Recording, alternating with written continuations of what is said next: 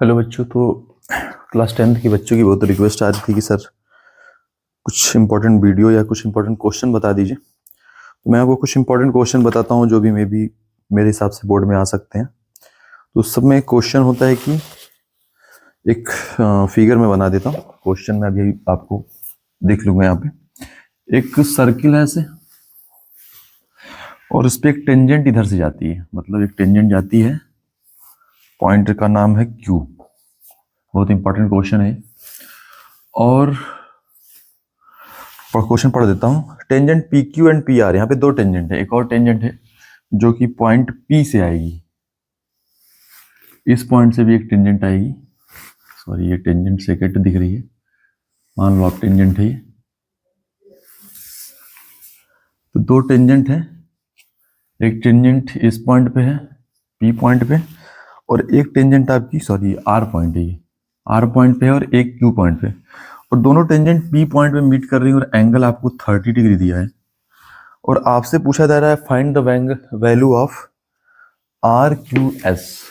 Are Q S, ये angle पूछा जा रहा है। ये बहुत इंपॉर्टेंट क्वेश्चन है। ये बोर्ड्स में आया हुआ है आपका, 15 में आया था, एक बार और भी आया है, दोबारा आया हुआ है। अब ये एंगल कैसे निकालेंगे आप? और इसमें ये लाइन इसके पैरेलल भी दी हुई है, ठीक है। अब कैसे इस एंगल को निकालेंगे? तो देखिए, करना क्या है कि आपने पढ़ा है कि tangent from the external point are equal.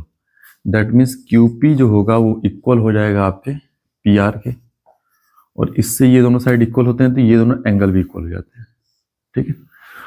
और वैसे मैं बता दूं आपको डायरेक्टली, अगर एमसीक्यू में आ जाए तो ये 30 ही यहाँ पे आंसर आएगा सीधा। ये मैं सीधे बता देता हूँ, ठीक है। लेकिन तब भी मैं सॉल्व करके दिखा रहा हूँ कैसे होता है। ये इक्वल होगा, ये इसके पैरेलल है, दैट मीन्स ये 30 यहाँ पे हो जाएगा। This angle equal to this angle, reason हो जाएगा corresponding angle. Angle P equal to this angle, reason है करस्पॉन्डिंग एंगल हो गया। अब दूसरी बात होती है, हम लोग एक कॉन्सेप्ट पढ़ते हैं अल्टरनेट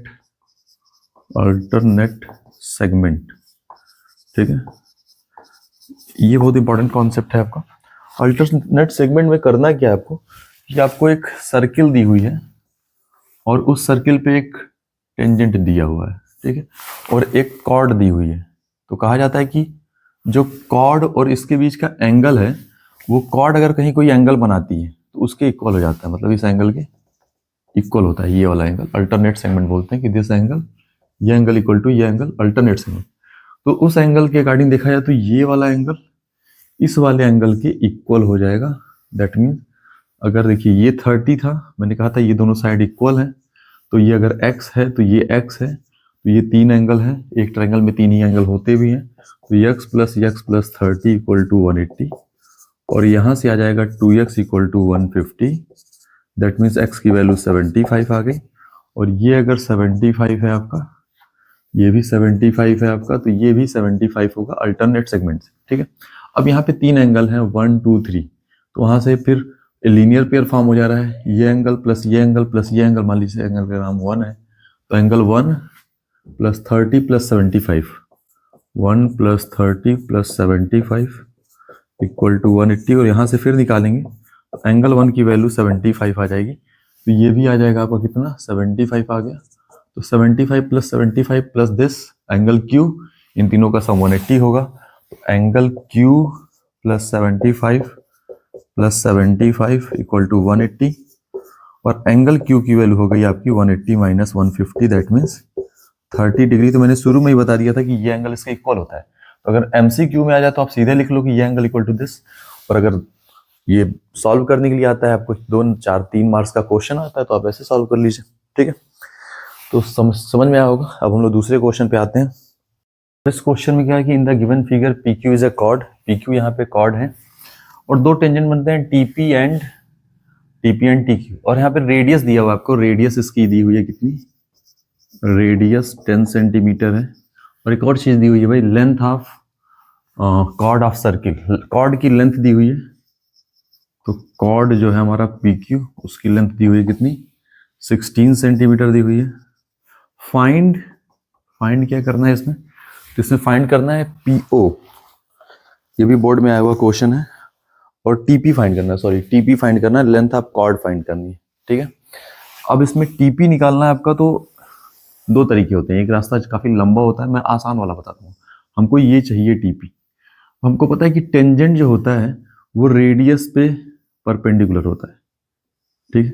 मतलब angle T P O equal to 90 degree because radius is perpendicular to the tangent. एक थ्योरम पढ़ाया जाता है आपको, ठीक है। ये रूल हो गया। दूसरी चीज मैं बता देता हूँ कि ये दोनों 90 होंगे। अब ये आपको प्रूफ करना पड़ेगा किसी क्वेश्चन में, ठीक है। अभी मैं बता देता हूँ कि ये 90 होता है। तो हम करेंगे क्या कि ये जो बड़ा वाला ट्रायंगल है, मतलब ट्रायंगल आपका टीपीओ, सॉरी हाँ टीपीओ, और ये जो छोटा ट्रायंगल बनना है ओ पी आर, इन दोनों को सिमिलर दिखा लेते हैं, हो जाएगा। क्योंकि ये 90 है इसमें, ये मैंने कहा कि ये 90 है तो ये भी 90 होगा, ये 90 हो जाएगा। ये चीज, और दोनों में एक एंगल कॉमन है, ये एंगल दोनों में कॉमन है, एंगल ओ यहां भी है, एंगल ओ यहां भी है। तो देखा जाए तो triangle triangle T P O ये सिमिलर हो जाएगा ट्रायंगल। तो टी की जगह पे इसका हो जाएगा क्या, पी। टी की जगह पे पी आ जाएगा, 90 इसका आर है, इसका 90 पी है, तो पी की जगह पे आर आ जाएगा, और पी आर और ओ की प्लेस पे ओ आ जाएगा। ये दोनों सिमिलर हो जाएंगे एंगल एंगल सिमिलरिटी से। बस सिमिलर हो गया तो हमारा काम हो गया। अब ये होगा क्या, TP upon P R equal to PO upon हो जाएगा R O and equal to third हो जाएगा T O upon P O, ठीक है। अब देखिए इसमें होता क्या है कि ये जो कॉर्ड होती है इस लाइन से बाइसेक्ट होती है, मतलब ये इसको इक्वली डिवाइड करता है, ये भी एक थ्योरम है। तो ये 16 दिया हुआ था तो ये 8 ऊपर हो जाएगा, 8 ही हो जाएगा। तो पी आर की वैल्यू 8 है हमको, रेडियस 10 दिया है तो पीओ 10 है, यहाँ पे भी पीओ 10 है, ठीक है। और क्या हमको अब रेशियो लिख देते हैं, टीपी हमें पता करना है, पी आर आपको 8 दिया हुआ है, पीओ की वैल्यू कितनी है भाई, पीओ की वैल्यू यहां से निकल जाएगी, पीओ है हमारा 10, रेडियस है, और नीचे क्या है आर ओ। अब आर ओ आप निकाल लेंगे, इस ट्रायंगल में आ जाइए, in triangle P O R, इस ट्रायंगल में तो पाइथागोरस लगाएंगे, तो अगर ये 10 है ये 8 है तो आपको पता है ये 6 होगा भाई, पाइथागोरस थ्योरम। तो आर ओ की वैल्यू 6 हो जाएगी, और यहां से टीपी आपका आ जाएगा कितना, 10 इंटू 8 अपॉन 6, और इसको काट लीजिए तो 3 हो गया, ये 4 हो गया, तो ये हो जाएगा आपका 40/3। और ये सबसे सिंपल तरीका है इसको करने का। एक और तरीका है पाइथागोरस से 2 बार, उसमें थोड़ा सा लंबा जाएगा, बट ये आसान हो जाएगा आपका with the help of similarity. तो सिमिलरिटी की हेल्प से ये अच्छा हो जाता है। P O is the centre of a circle, P T and P Q are the tangents, from the external point P. If T P Q, angle T P Q यहाँ पे दिया हुआ है आपको, एंगल टी पी क्यू 70 है, आपको ये angle निकालना है, ठीक है। बहुत सिंपल क्वेश्चन है ये, हमको ये एंगल निकालना है। आप इसको ज्वाइन करा लो, टी से आप ओ को ज्वाइन करा लो, यू से आप ओ को ज्वाइन कर लो, ठीक है। अब एक थ्योरम होता है कि सर्कल पे अगर एक्सटर्नल पॉइंट से टेंजेंट बनाऊं मैं, तो जो ये एंगल होता है और जो सेंटर पे ये एंगल बनता है, इन दोनों का सम जो होता है वो सप्लीमेंट्री होता है, मतलब इनका सम 180 होता है, ये एंगल और ये एंगल। अगर दो टेंजेंट बनाए पी और क्यू फ्रॉम पॉइंट टी, मैं दोनों टेंजेंट बनाया, तो होता क्या है कि ये दोनों 90-90 हो जाते हैं, radius is perpendicular to the tangent. तो ये दोनों 90-90 180, तो उसके बाद बचता है ये दोनों 180 है, क्योंकि क्वाड्रिलेटरल में 4 एंगल का सम 360 होता है। तो ये रूल यूज करेंगे तो इसका और इसका सम हो जाएगा आपका angle T O Q plus 70 equal to 180। ये हो गई प्रॉपर्टी ऑफ टेंजेंट से आ गई, ठीक है। और यहां से एंगल ये आ जाता है, ओ आ जाता है आपका कितना, 110।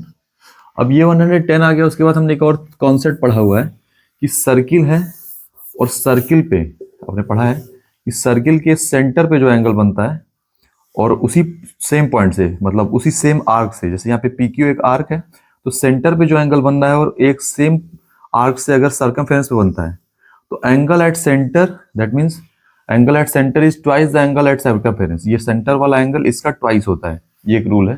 तो देखा जाए तो ये एंगल इस एंगल का वो होगा, डबल होगा, रीजन क्या है कि ये आर्क टी क्यू है, चाहिए तो इसको कॉर्ड बना लीजिए या कॉर्ड टी क्यू है, तो यहां से हो जाएगा कि angle T O Q is 2 times of angle R, that means T Q T R Q, और ये वैल्यू 110 है तो ये हो जाएगा 55। तो यहाँ से सिंपली इसका आंसर आ जाएगा कितना, 55 डिग्री। इसका आधा होता है, ये 110 है तो ये हो जाएगा आपका 55 डिग्री। तो ये आपका आंसर आ गया एंगल टी आर क्यू की वैल्यू हो गई 55 डिग्री। भी बहुत अच्छा क्वेश्चन है, 2015 में आया हुआ है। इसमें क्या है कि ये एंगल आपका 58 दिया हुआ है, एंगल ए ओ क्यू, और आपसे पूछा क्या जा रहा है ये वाला एंगल, आपसे पूछा जा रहा है एंगल ए टी क्यू। अब ये कैसे निकालेंगे, तो हमने पढ़ा कि सर्किल है अगर आपकी, तो सेंटर पे जो एंगल बन रहा है ये वाला angle at centre is twice the angle at circumference, ठीक है। तो अगर ये रूल लगा लें तो देखा जाए तो ये आर्क है हमारा ए क्यू, और आर्क ए क्यू से यहाँ पे 58 बनना है तो इसका जस्ट हाफ यहाँ पे बन जाएगा, ये हो जाएगा आपका 29, ठीक है। ये होगा 58 का हाफ 29। अभी अगर 29 हो गया तो इस ट्रायंगल में आ जाइए, in triangle B A T, triangle B A T.